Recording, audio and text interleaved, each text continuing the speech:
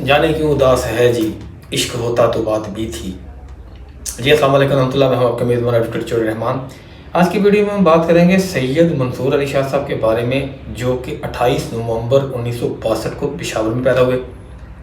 अपनी इब्तदाई तालीम एचिसन कॉलेज से हासिल की, इकनॉमिक्स में मास्टर किया। उसके बाद यूनिवर्सिटी ऑफ कैम्ब्रिज से लॉ ग्रेजुएट हुए।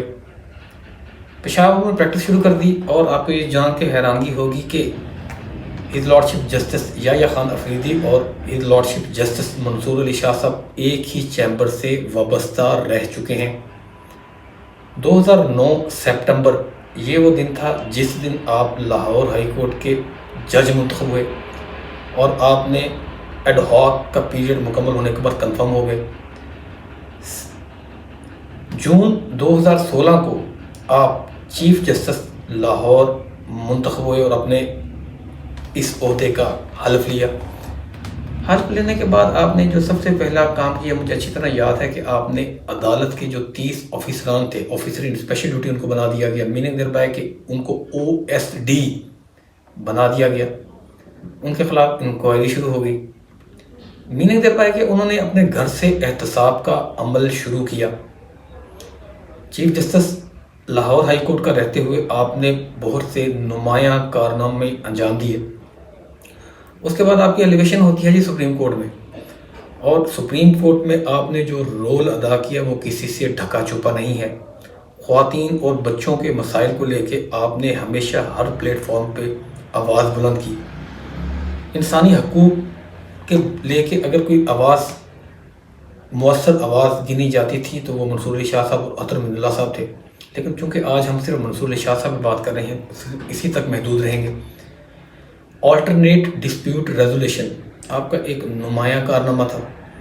उसमें आपने जितना भी स्पीडी हो सकता था किसी भी अग्रीव्ड पार्टी को इंसाफ के लिए, उसके लिए एक वैसे वो एक्ट भी पास कर दिया था 2019 में पंजाब हुकूमत ने।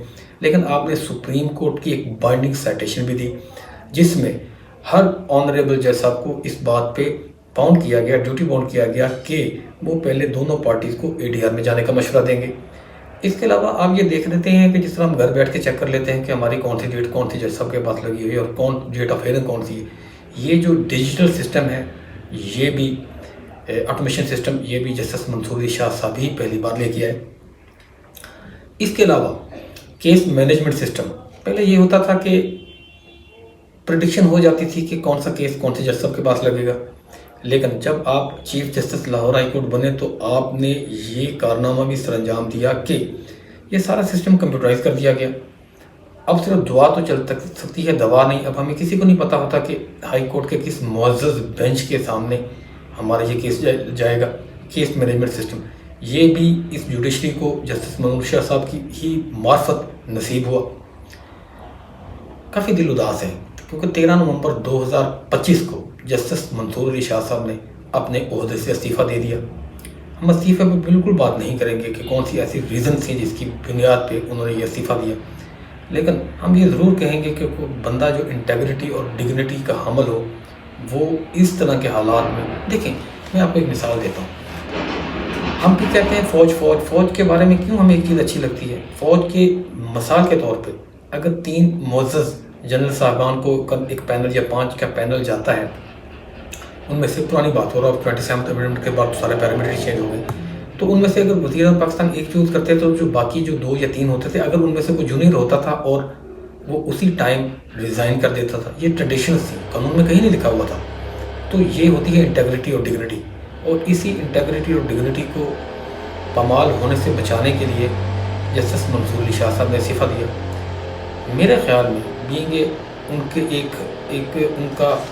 उनके उनकी बातों की मोटिवेशन को लेके आज तक हम ज़िंदगी गुजारने की कोशिश कर रहे हैं और जुडिशरी में अपना किरदार बार और बेंच के तल्लुकात को करीब करने के जितने भी उनके अक़वाल ज़रीन थे उस पर अमल कर रहे हैं। मेरे ख्याल में जिस दिन justice his lordship Yahya Khan Afridi साहब ने ओथ लिया था, उसी दिन जस्टिस मंसूर अली शाह साहब को अपना इस्तीफ़ा पेश कर देना चाहिए था।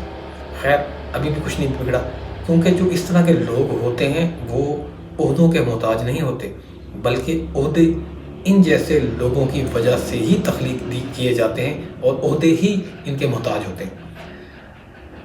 दुआ में याद रखिएगा।